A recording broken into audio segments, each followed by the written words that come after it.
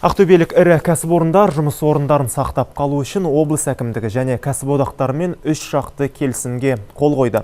Ақтөбе хром зауыты ұжымы жаңа еңбек кодексі жұмысшылар үшін тиімді деп отыр. Зауытта бүгінде 2000-нан астам адам жұмыс істейді. Мұндағы орташа жалақы 96 мың теңге. Өнім өндіру көлемі азайса да жұмыс орындарын мейлінше сақтап отырамыз. Ұжымдық келісім шарттың барлық талаптары орындалуда. Медициналық тексеру ақысыз, әрі шипажайларда тегін ем алуға мүмкіндік қарастырылған. Былтырғыдай ауқымды жылдық жоспар жоқ, әр айды тапсырысқа сай межелеп отырмыз. Қысқарту болмайды, бар мүмкіндікті қолданып, жұмыс орындарын сақтап қаламыз, дейді зауыт жетекшілері. Өңір басшысы осы бағыттағы жұмыстарды жандандыра беруді атап өтті.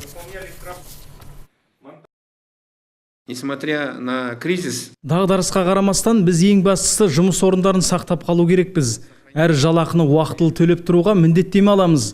Бұдан бөлек әлеуметтік төлемдерді дер кезінде беру үшін жұмыс істеу қажет. Сондықтан қазір нарыққа сай жаңаша әрекет еткен жөн. Біз жастарды еңбекпен қамтудың жол картасы 2020 мемлекеттік бағдарламасы арқылы оқытайық. Оларды қайта даярлап, бар мүмкіндіктерді тиімді пайдалану керекпіз.